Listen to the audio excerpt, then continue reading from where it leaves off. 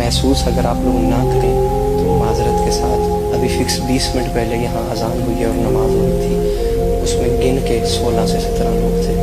امام حسین علیہ السلام کو بہت اچھا لگے گا اگر آپ نماز پڑھ کے ان کا ذکر سننے کے لیے آئیں۔ میری بات کو محسوس نہ کیجیے گا، نماز ایک ایسا فریضہ ہے جس کے چھوڑنے کا کوئی عذر، کوئی عنصر ہے ہی نہیں۔ اچھا لگتا ہے آپ نماز پڑھ کے اگر ذکر حسین سننے کے لیے آتے۔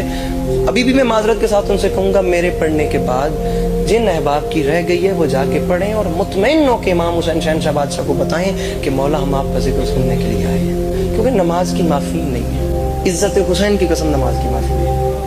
یہاں تک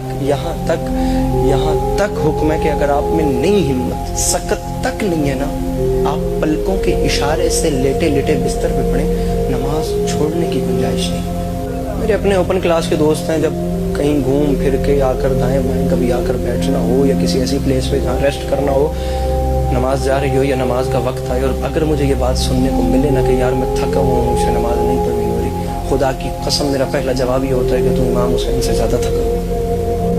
حسین علیہ السلام جتنے 10 محرم کو تھکے تھے ان سے زیادہ تو ہم میں سے کوئی نہیں تھکا۔ ایک کلام لکھا تھا، وہ سنیں، لفظ تھکنے سے یاد آ، نصیب دین خدا جگا کر نصیب ہارے تھکے نہیں ہیں، نصیب دین خدا جگا کر نصیب ہارے تھکے نہیں ہیں، جناب سجاد نے یہ کہہ کے رسن اتارے تھکے نہیں ہیں، بندھے گلوں سے کھلے سروں سے کھڑے ہیں پھر بھی وہ حوصلوں سے، یزید باطل کے تخت آگے نبی کے پیارے تھکے نہیں۔ میں نے کہا ہے کہ آپ امام حسین سے زیادہ تو نہیں تھکے ہوتے۔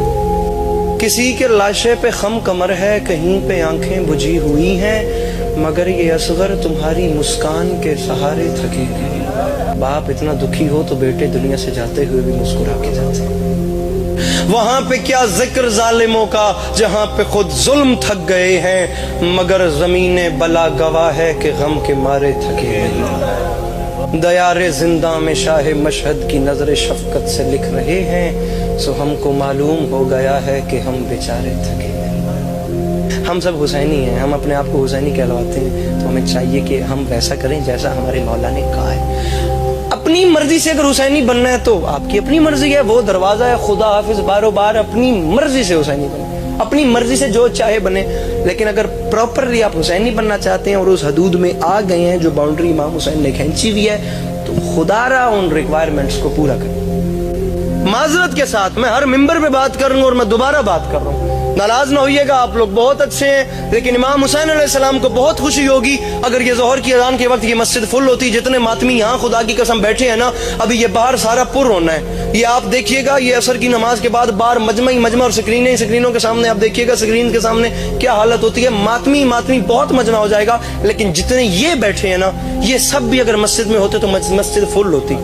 یہ کل کرتا ہوں، یہ شام کو کرتا ہوں، یہ پرسوں کروں گا، یہ کام کر کے پھر اپنے اس روٹین کو سنبھالتا ہوں۔ معذرت کے ساتھ قبرستان ایسے لوگوں سے بھرے پڑے ہیں جنہوں نے کل صبح سے نماز شروع کرنی تھی۔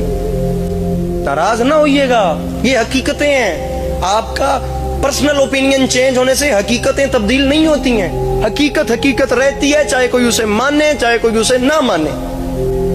معذرت کے ساتھ ان حقیقتوں کو تسلیم کیجیے۔